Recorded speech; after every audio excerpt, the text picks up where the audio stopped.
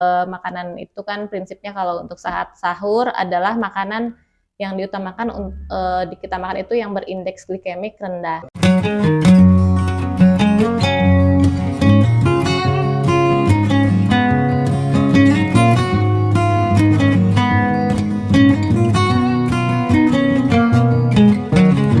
Assalamualaikum warahmatullahi wabarakatuh. Apa kabar ayah bunda? Semoga senantiasa dalam lindungan dan rahmat Allah Subhanahu wa taala. Jumpa lagi dengan kami di dalam channel Sekolah Madinah dalam segmen Tanya Dokter. Alhamdulillah pada siang hari ini kita kehadiran tamu spesial. Beliau adalah Dr. Risa, spesialis anak. Selamat siang, Dok. Selamat siang, Pak. Assalamualaikum. Waalaikumsalam warahmatullahi wabarakatuh. Iya. Bagaimana, Dok, saum selama 4 hari ini? Saya alhamdulillah lancar. Bapak gimana? Lancar? Ya, lancar lah. Kalau sebagai laki-laki kan tidak ada halangan ya, Dok ya, untuk tidak saum. Kemudian bagaimana, Dok, dengan saum putra-putrinya? Putra-putri saya kebetulan yang pertama usia 7 tahun, kelas 1 SD, Tani, alhamdulillah udah lancar. Jadi mulai tahun ini insya Allah niatnya ke depannya tamat ya, insya Allah. Untuk yang kedua itu Salima, usia 5 tahun 10 bulan. Nah, ya masih belajar ya, pada tahap belajar. Jadi masih belum kuat sampai maghrib gitu. Apalagi kemarin sempat demam sebelum saum Ramadan itu. Jadi ya mungkin ada faktor dari sakitnya itu, jadi kurang kuat fisiknya. Kalau yang kecil, Damar masih usia 1 tahun 4 bulan, jadi ya belum ikut saum. Belum ikut saum ya. Ya, ayah bunda, kalau beberapa waktu yang lalu kita sempat bahas ya, Dok ya, tentang bagaimana mempersiapkan saum anak-anak. Karena bagi anak-anak ternyata saum ini kan belum menjadi sebuah kewajiban ya, dalam artian adalah sebuah latihan. Beberapa waktu yang lalu persiapannya adalah dari sisi mental, dari sisi semangat, dari sisi bagaimana menghadirkan nuansa yang menyenangkan pada saat saum. Nah, nih Dok, dari sisi atau dari tinjauan kesehatan, bagi kita ya, orang dewasa itu kan ternyata selain karena saum ini wajib perintah Allah Subhanahu wa taala, ternyata banyak sekali kan ya manfaat saum bagi orang dewasa. Nah, kalau dari sudut pandang anak-anak, bagaimana nih Dok manfaat saum? Baiklah. Sejauh ini memang saya belum pernah menemukan jurnal yang akurat ya tentang manfaat dan mudarat saum bagi anak, karena memang anak itu spesial ya, makhluk yang spesial. Jadi bukan manusia dewasa yang kecil ukurannya, tapi anak itu adalah manusia yang sedang tumbuh. Jadi memang untuk saum ini kita tidak mengharapkan anak itu sudah bisa langsung saum seperti orang dewasa, karena memang karena dengan sifatnya anak itu tumbuh dan berkembang, maka anak itu juga harus dipenuhi dulu kebutuhan fisiknya ya untuk tumbuh dan berkembang itu. Sambil kita juga menanamkan pemahaman keyakinan bahwa saum itu untuk orang Islam yang sudah balik itu suatu kewajiban ya. Kalau untuk anak kita masih latihan. Pak. Iya, berarti belum ada literatur yang spesifik ya menjelaskan kalau ibarat ke orang dewasa manfaat saum secara kesehatan bisa menurunkan mah gitu ya, atau menyembuhkan lambung, menyehatkan lambung. Kalau dari anak-anak memang belum ada literatur yang spesifik ya, Dok ya? Iya, betul. Oke. Nah, secara medis ada nggak sih batasan anak itu sanggup menahan lapar, menahan haus gitu? Dari usia berapa sih, Dok, sebenarnya? Yang aman gitu ya? Yang aman. Sebenarnya tidak ada usia yang fix ya untuk kapan mulai anak itu saum tamat dari subuh sampai maghrib. Jadi kita memang harus latihan dan ada syarat-syarat khusus memang bagi anak tersebut untuk dapat ikut berpuasa sampai maghrib. Yang pertama syaratnya itu anak harus dalam kondisi yang sehat, tidak dalam keadaan sakit.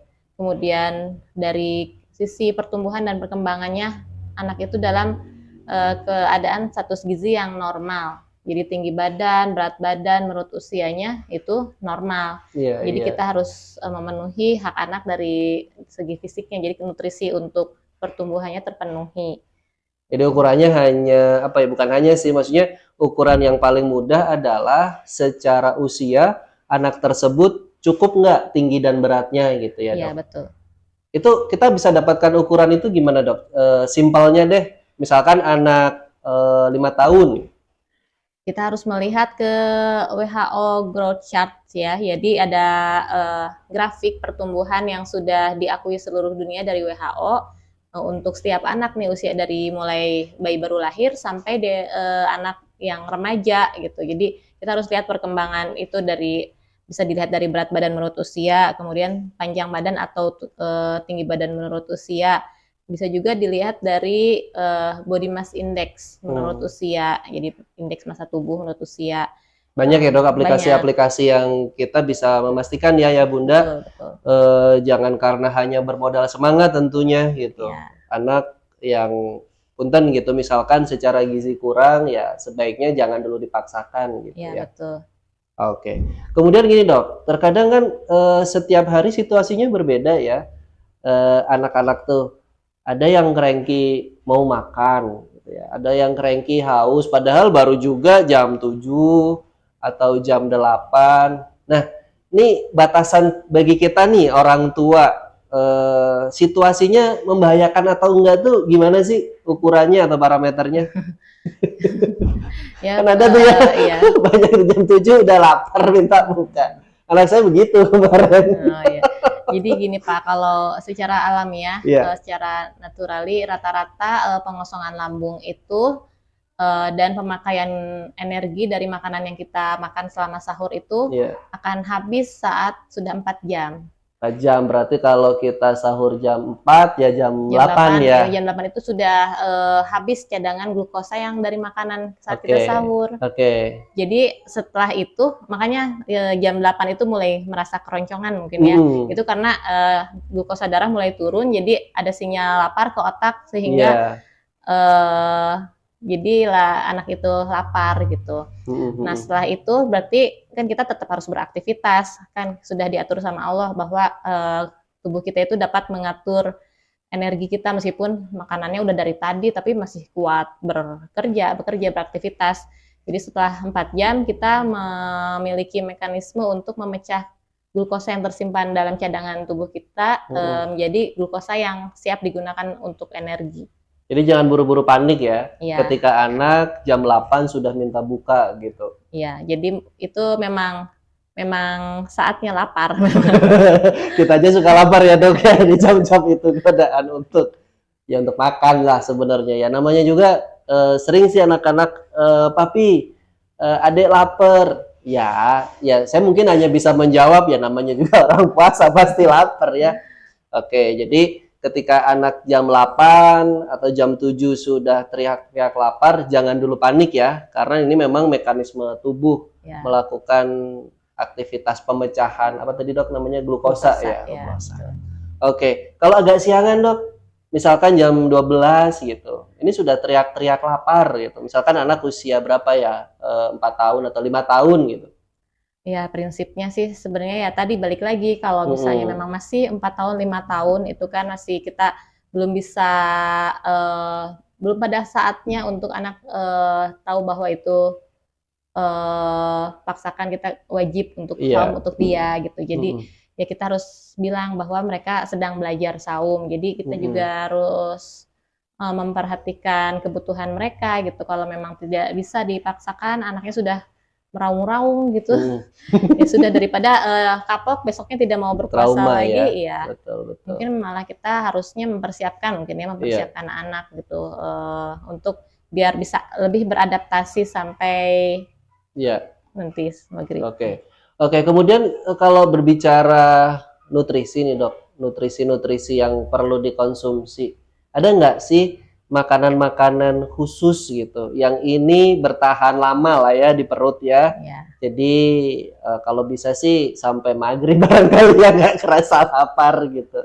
Ya kita dapat upayakan meminimalisir rasa lapar dan haus kita dewasa juga sama dan anak juga sama sebenarnya. Jadi makanan itu kan prinsipnya kalau untuk saat sahur adalah makanan yang diutamakan kita makan itu yang berindeks glikemik rendah. Apa itu dok? Indeks glikemik itu contohnya dok? Indeks glikemik itu adalah Kalau indeks glikemik rendah itu berarti makanan tersebut meningkatkan kadar glukosa darah tubuh kita lebih lamban. Meskipun kalorinya sama, misalnya satu piring nasi kalorinya 300 katakanlah. Iya. Dan satu piring nasi merah kalorinya sama 300, tapi yang nasi putih ini akan lebih cepat meningkatkan glukosa darah tubuh kita karena dia memang kadar seratnya lebih rendah daripada nasi merah. Jadi nasi merah itu meningkatkan kadar glukosa darah kita lebih lamban, jadi dan juga bertahan lebih lama. Jadi sebaiknya yang seperti itu, indeks glikemik rendah namun dengan porsi yang cukup. Misalnya nasi merah, misalnya umbi-umbian, biji-bijian seperti sereal yang whole grain, gitu, buah yang pisang mungkin ya. Jadi untuk sumber karbohidrat kita utamakan yang indeks glikemik rendah dan tidak melalui pemrosesan yang panjang. Jadi seperti itu, mie instan gitu. Ya, jadi nah untuk buka puasa kita utamakan makanan sumber karbohidrat yang berindeks glikemik tinggi. Jadi meningkatkan kadar glukosa darah kita buka dengan lebih sahur, cepat. Dok, yang glikemiknya tinggi ini? Saat buka. Jadi cepat meningkatkan glukosa darah. Jadi kalau misalkan buka nasi putih gitu betul. aja ya. Jadi yang cepat mengembalikan energi tubuh kita, misalnya kurma, nasi putih, roti. Jadi manis. Ya ciri-cirinya memang makanan tersebut sudah melalui proses yang lebih panjang daripada aslinya, misalnya tepung. Kue. Itu bagus ya untuk buka puasa ya, ya, supaya tubuh langsung bisa menggunakan energi tersebut. Jadi kuncinya ada di karbo ya sebenarnya ya, Dok ya. Untuk energi untuk energinya ya. Tapi memang tetap ya seperti biasa saja. Untuk makan sehari-hari gitu kita kan harus gizi seimbang. Jadi mengandung karbohidrat, protein, lemak dan mikronutrien, vitamin dan mineral. Gitu. Jadi jangan lupakan sumber protein buat tubuh kita. Yang terbaik untuk anak ya sudah jelas ya protein hewani ya, seperti yang sudah kita ketahui dari hari gizi yang kemarin pemerintah menggalakkan protein hewani untuk anak untuk mencegah stunting. Jadi diutamakan protein hewani daripada protein nabati. Protein nabati itu contohnya tahu, tempe, kacang-kacangan. Tapi memang baik untuk menahan lapar sebenarnya dan banyak vitaminnya juga. Cuman untuk menambah massa tubuh memang lebih baik protein hewani ya. Jadi tetap butuh protein yang cukup juga ya, khususnya protein hewani gitu untuk anak-anak. Tapi untuk Ayah Bunda yang punya kolesterol barangkali bisa ditahan ya. Ya mungkin lebih masih diizinkan yang protein nabati lebih bagus gitu daripada yang hewani. Kemudian kalau volume nih, Dok, volume makan relate nggak sih gitu antara porsi makan yang banyak gitu ya anak-anak kita itu dengan kekuatan mereka menjalankan saum? Ya sebenarnya relate juga kan. Sebenarnya saum itu hanya memindahkan jam makan ya. Sedangkan porsi itu harusnya sama gitu dengan keadaan biasa. Jadi meskipun hanya waktu makannya lebih terbatas ya, dipotong waktu tidur. Jadi kita harus mengakalinya dengan memberi makan secara berkala gitu. Dari mulai sahur, kemudian nanti saum, pas buka puasa, selain makanan yang tinggi kadar glukosanya, nanti juga ada cemilan-cemilan sampai tidur dan disertai susu. Jadi tetap minum susunya kapan nih, Dok? Sebelum tidur? Iya, sebaiknya sebelum tidur dan saat sahur. Saat sahur ya. Ini 2 kali sudah cukup sebenarnya. Jadi apa nih manfaat minum susu, Dok, buat anak-anak sebelum tidur? Manfaat minum susu itu sebenarnya banyak ya kan. Susu itu mengandung ya karbohidrat, kemudian protein, lemak dan vitamin dan mineral juga. Jadi pelengkap dari makanan yang kita makan semua. Kalau ada yang kurang-kurang, memang ada banyak yang dapat dilengkapi oleh susu gitu. Seperti kalsium kan penting ya untuk pertumbuhan tulang panjang anak. Kemudian vitamin D juga ya, selain untuk penyerapan kalsium juga untuk daya tahan tubuh. Jadi banyak sekali manfaat kalsium dan itu anak-anak itu masih butuh sekali susu sebenarnya. Selain kita orang dewasa. Kita yang rendah lemak ya barangkali ya. buat orang dewasa ya. Iya Kalau betul. anak-anak justru butuh banyak lemak ya, kebalikan dari Lebih kita banyak. orang dewasa. Iya. Nah, cuman kan tantangannya dok ketika porsi harus sama dengan sebelum saum ya, dengan hari-hari biasa. Ini kan bangunnya juga udah pagi gitu ya, sangat pagi bahkan untuk sebuah makan. Jadi kadang anak-anak juga agak susah tuh gitu makan di waktu yang sangat pagi, khususnya di waktu sahur. Gimana dok tipsnya supaya anak-anak juga ya lancar lah begitu makan sahurnya sorry. Ya, berarti kalau anak-anak itu kan karakternya memang karena akalnya belum balik ya, Mm-mm. jadi jadi kita harus menyediakan waktu lebih banyak untuk anak tersebut makan. Ya. Memang aturan makan itu kan 30 menit ya Mm-mm. Bunda ya. Cuman memang sebelum 30 menit itu kan banyak drama dulu nih dari bangun tidur gitu. Jadi memang kita harus menyediakan waktu dulu untuk Iya, sebelum makannya. Jadi misalnya kalau kita bisa bangun tidur langsung set set set makan. Kalau iya. anak kan Loading dulu loading ya. dulu, jadi mengumpulkan nyawanya dulu Iya. dan mood. Jadi moodnya harus bagus dulu, misalnya pas bangun, Oke. misalnya gerak dulu, pokoknya malah mungkin kalau bisa ikut menyiapkan Oh iya ya, hidangan betul sahur ya. gitu, jadi Khusus anaknya anak-anak bisa semangat. terlibat ya Ya dalam terlibat. proses sahur. Ya, Kalau misalkan imsak jam berapa sekarang? Setengah lima gitu ya. Idealnya jam berarti berapa jam tuh? 4 udah Setengah empat ya. bisa kayak anaknya dibangunkan untuk Atau anaknya membangunkan orang tua. ya lebih bagus lagi. Kami alarmnya terkadang saya juga sering dari anak gitu dok. Subuh dibangunkannya sama anak ya, ya, ya memang begitu ya. Kemarin yang sudah dibahas juga oleh Mbak Eva, malam sebelum tidur memang anak-anak mesti disiapkan ya Ya. situasi kondisinya. Ternyata itu cukup membantu dok ya. Kemudian satu lagi dok, tentang kekurangan gizi. Relate nggak sih gitu kan kalau kita umumnya ya makan itu kan sehari 3 kali anak-anak. Di antara jam makan ada cemilan. Ini kan berarti kalau ngomongin saum makan beratnya aja hanya 2 kali. Sudah kehilangan 1 kali jatah makan dan 2 kali snack time. Nah, nyiasatinya gimana dok? Supaya anak-anak juga nggak kehilangan kehilangan gizi atau apa gitu. Ya itu lagi tadi balik lagi, jadi kalau anaknya harus sudah status gizinya harus baik, Oke. kemudian jadi sudah punya modal, Oke. jadi kebutuhan kalori yang seharusnya sehari-hari itu dipecah jadi 2 kali makan besar, dan cemilan bisa 2 kali, bisa 3 kali kan, saat buka cemilan, sebelum sholat tarawih mungkin ada cemilan lagi, dan sebelum Oke. tidur cemilan lagi, gitu kan boleh. Oke. Jadi memindah-mindahkan saja Memindah-mindahkan, ya. iya. Oke. Karena bayangan saya, oh makannya jadi cuma 2 kali, maka ya secara kasarnya anak ini akan kekurangan gizi gitu. Enggak ya sebenarnya ya. Iya, Asal sebenarnya kita, enggak. oke. Asal kita pas dan tepat barangkali ya nyiasatinya ya.